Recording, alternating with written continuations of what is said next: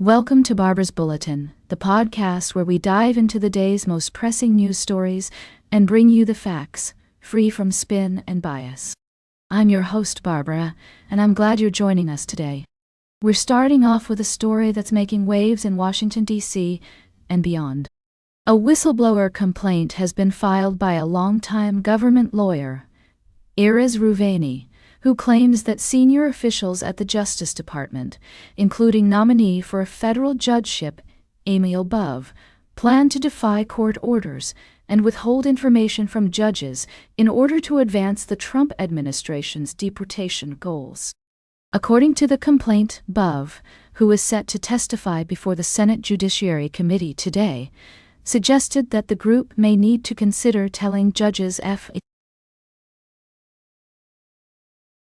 Welcome back to Barbara's Bulletin. We're halfway through our show today, and I'm excited to dive into our next story. If you're just tuning in, be sure to catch up on our previous segment, where we explored the latest developments in the world of technology. Now, let's turn our attention to the world of politics, where a fascinating development is unfolding in France. Former French Prime Minister Dominique de Villepin has launched a new political party called Humanist France, with a potential eye on the 2027 presidential election. De Villepin, who served as Prime Minister under Jacques Chirac from 2005 to 2007, has been gaining popularity in recent months due to his vocal criticism of Israel's actions in Gaza. It's worth noting that de Villepin's stance on the Middle East crisis has resonated with many left-wing voters in France, despite his historical affiliation with the center-right. His party, La France Humaniste, aims to bring together citizens from all political backgrounds and promote a more humanitarian approach to politics.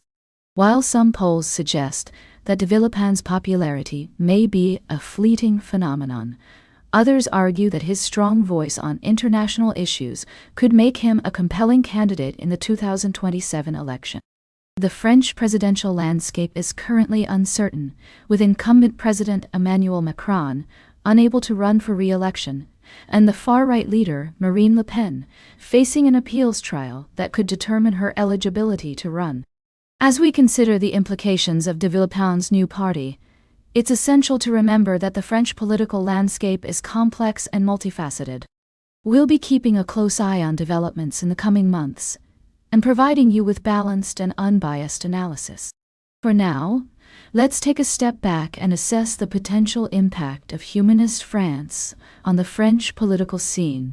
Will de Villepin's party gain traction, or will it fade into the background? Only time will tell. Stay tuned for our final story of the day, right here on Barbara's Bulletin. Welcome back to Barbara's Bulletin. I'm your host, Barbara, and we're closing out today's show with a fascinating story from the world of politics and technology. We've got an update for you on a Department of Government Efficiency, or DOGE, aide known as Big Balls, who has resigned from his role. According to multiple sources, including The Hill and Wired, Edward Corstein, also known by his alias Big Balls, is no longer working for the federal government. This comes after the exit of White House advisor Elon Musk, with whom Corstein was closely associated. Now, I want to take a step back and provide some context here. The Department of Government Efficiency, or DOGE, has been making headlines in recent months due to its efforts to streamline and modernize government operations. However, there have also been concerns raised about the department's methods and the potential implications for transparency and accountability. Corstein, who is just 19 years old, was one of a handful of technologists hired by DOGE, and he had been working on various projects across multiple federal agencies. According to sources, he was highly trusted within DOGE and had access to sensitive information and systems. However, his resignation has raised questions about the future of DOGE and its initiatives. As one former DOGE member told Wired, "I have heard since Elon and Steve have supposedly departed, they've terminated a lot of those that got hired. They're all still probationary, right? There's that 2-year probationary period. So there's a good chance that a lot of those people end up getting fired anyway. Now, I want to emphasize that we don't have all the details on Corestine's resignation, or the circumstances surrounding it. But what is clear is that this development has significant implications for the future of Doge and its efforts to reform government operations. As always, we'll be keeping a close eye on this story and providing updates as more information becomes available. In the meantime, I want to encourage our listeners to stay engaged and informed about the issues that matter most to them. That's all for today's Barbara's Bulletin.